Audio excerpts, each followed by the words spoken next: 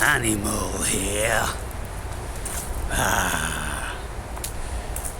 You know, it is pretty common knowledge in some circles that the closer we are to our animalisms, the closer we are to cosmic God consciousness, our creator, or the very essence of what we truly are. Whatever way you want to look at it, it is said that when we live a very, very basic, animalistic type life, then we have the greatest level of contentment. So in this chat I was having last night with Andre, we spoke about some of these things. And for those of you that have read the Tao Te Ching, then you'll know that what Lao Tzu said was that when we are at our lowest human form, when we are at the height of our animal form, I suppose where those two meet, the height of the animal form and the lowest of the human form, you could say some sort of Neanderthal man. But that is where Lao Tzu reckons we find the greatest of connection to the world, the cosmos, to our center, our spirit, and anything else that we want to get involved with metaphysically, religiously, or whatever. And I'm pretty sure that some of us will be able to vouch for that. I know I can. Let's say when I was working manually with natural resources, let's say building with wood and stone, and using lots of the natural elements, and being very resourceful, using reclaimed bricks, and kind of being nostalgic with whatever you're building. You're building it in a different spirit. You see, when I was living in Bulgaria, I was refurbishing several properties, and so I was using lots of reclaimed stuff from other properties that I had on the land, and I was building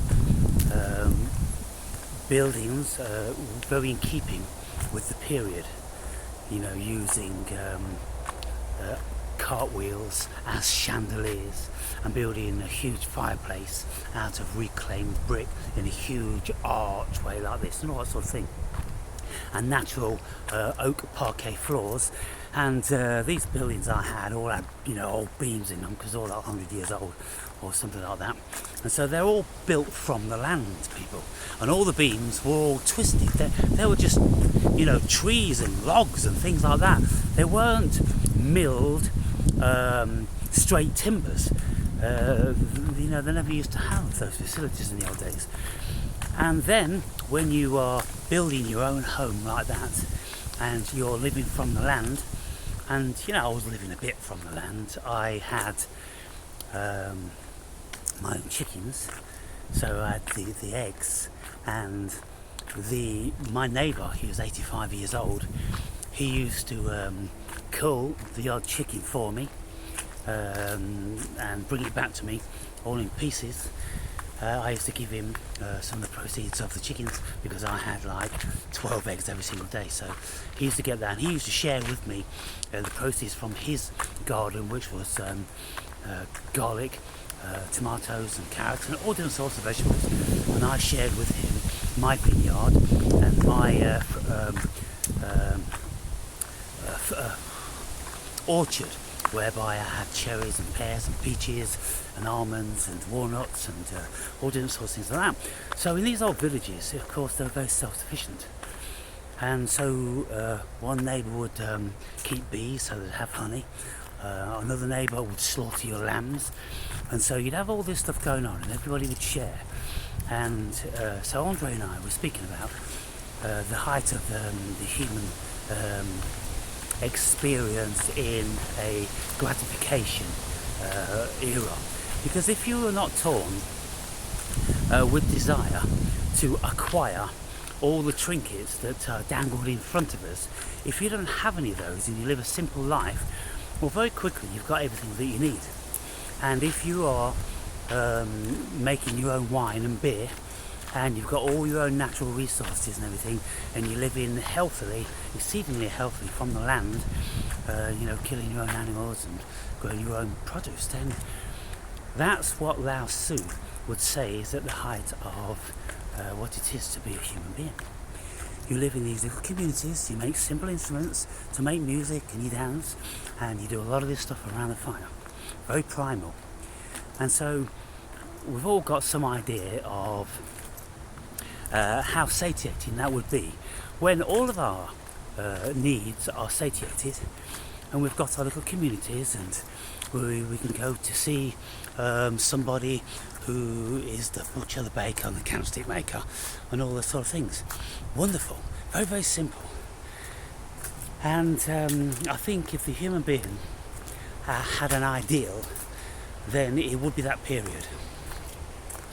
And so the only thing I would add to those times would be, let's say, penicillin, antibiotic, which would have given longevity to many people, because there's far too many infant deaths in those times, and deaths from things that we would never dream of dying from today. But anyway, over and above that, when we look at the futuristic facet of what it is to be a human being, we can see that these utopias that people write about and make movies about, i.e. Aldous Huxley's Brave New World, and The Island, and lots of those sort of Arnold Schwarzenegger futuristic type environs where everything's roboticized, and you ask yourself the question, well, what are human beings going to do? Because if we can't get the satiation from using our bodies and labouring to achieve something, where's that satiation coming from? If we no longer work under the sun and the moon and out in the elements, if we are always indoors in artificial lighting in situations like that, where is the spirit coming from? We're completely disconnected from spirit, from the universe. We no longer live in a circadian rhythm, getting up with the sun and going to bed, when the moon comes out, all these sort of things. Living off the land and working our bodies in a way that gives rise to a heightened level of satiation with natural tiredness every day. So we're not exhausted, we're just pleasantly tired because we're so fit and we're so used to it. But when we've been working for 12 hours a day, we, look forward to our evening meal and maybe, a bottle of wine or a few pints of mead or something like that. But where are we getting this satiation from? To satiate our soul? We're simply not getting it from social media. We're not getting it from YouTube. We're not getting it from Netflix. We're not getting it from anywhere, I would think, these days. I don't see anybody on these platforms which are speaking about being so joyous and so happy and so contented with their lives. Everybody's speaking on a level of discontentment.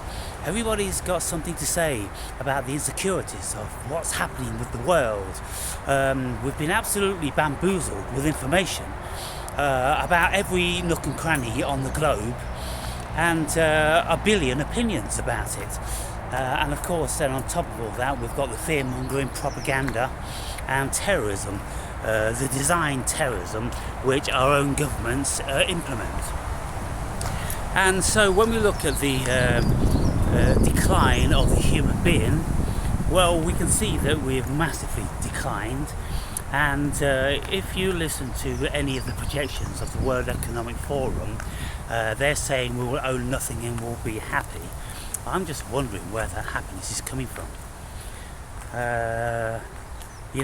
Because it's not about owning anything, it's about the connection we have to our own souls, and over and above that, our spirits and our community and our earth and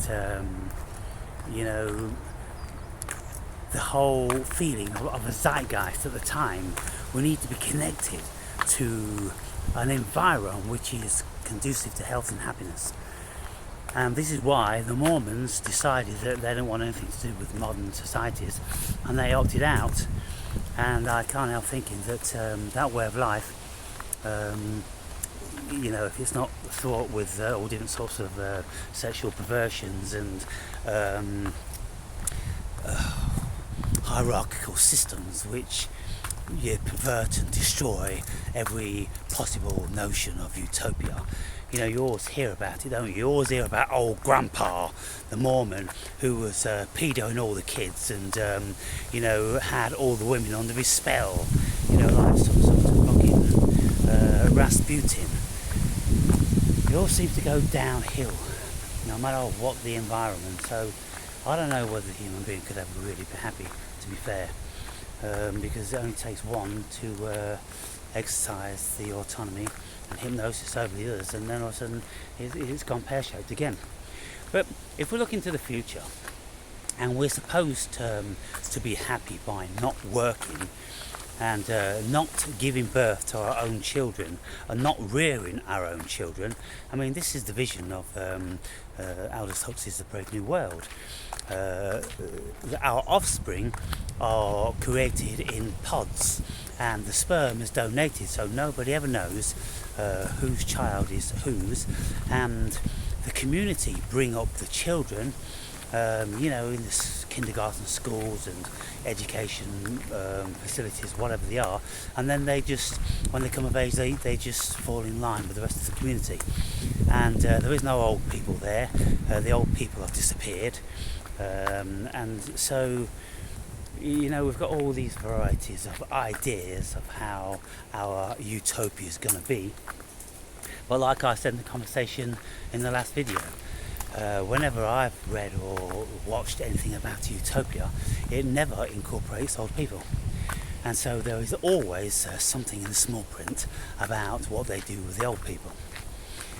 And if we are going to have a utopia, then we have to rid ourselves of the burden of the masses of people that need to engage many other able-bodied human beings to actually prevent them from dying. So with mentally handicapped and seriously physically handicapped and the aged, there's a massive amount of resources that go in to prevent them from dying, where this doesn't happen anywhere else in nature, does it? And so I think you'll find, at least between the lines in these utopian stories, that there's some measure of population control in relation to that. And even in heaven, can anybody tell me where they've heard or they've interpreted or intuited anything about old people in heaven? I most certainly haven't, because the impression is that it's all vibrant and youthful and wonderful, and nobody's walking around, with a hip replacement and arthritis in the knees. That's not heaven. That's nobody's idea of heaven. Dementia, no, nobody's got all that. So, why haven't they got all that? Well, obviously then, because they're in their perfect human form, maybe between 20 and 30 years old. And when I had this vision of my deceased father, within like a week or two of his death, I saw him with all the attributes of Jesus, and he was no more than 33 years old. He could have been 33, or he could have been, about 30, 35, whatever. But he was walking, looking, and emanating an aura like Jesus. And so it's kind of like, wow. And the message was, don't worry about me, everything's perfect. And I'm like, well, he looks perfect. He had a perfect countenance on his face. He was, like I say, half the age he was when he died. He died with lots of mental issues, depression, all that sort of thing. And so when he was in the afterlife, he was a perfect example of a human being. And so I'm pretty sure that lots of people have had these varieties of dreams and experiences whereby they've seen into some other sort of dimension, and this is why they speak about heaven and hell and all these sort of places. And but I think one thing that we can say, if we did a poll and asked people on a 1 to 10 how content they were, how happy they were, how inspired they were by their lives and their prospects, I think we would find that every single human being was feeling very wanton. And so therefore we could very readily assume that we haven't reached anything like a level of utopia as yet. We're fumbling it in any which way, and so where are we actually heading when we won't have the level of psychical satiation, because nobody knows themselves. Nobody's been educated into knowing themselves, into being introduced into what they are as spiritual beings from a very, very early age. That just hasn't been done in Western culture.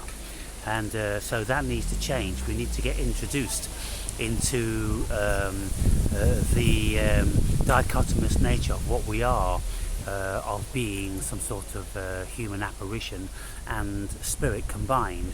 And then when we have a greater knowledge and introduction and education into the nature of the cosmos from a more advanced spiritual perspective, then we wouldn't fear death, and we wouldn't always be chasing after satiation, because this world would just appear to be very different to us. And I think we'd pretty well just resign ourselves just to a level of enjoyment, instead of always feeling that we need more, we want more, we've got to chase more, because that always keeps us in a higher level of discontent, doesn't it? And so anyway, there's much to be said on this subject, and so I might continue with it when I come back out from doing my Viking workout.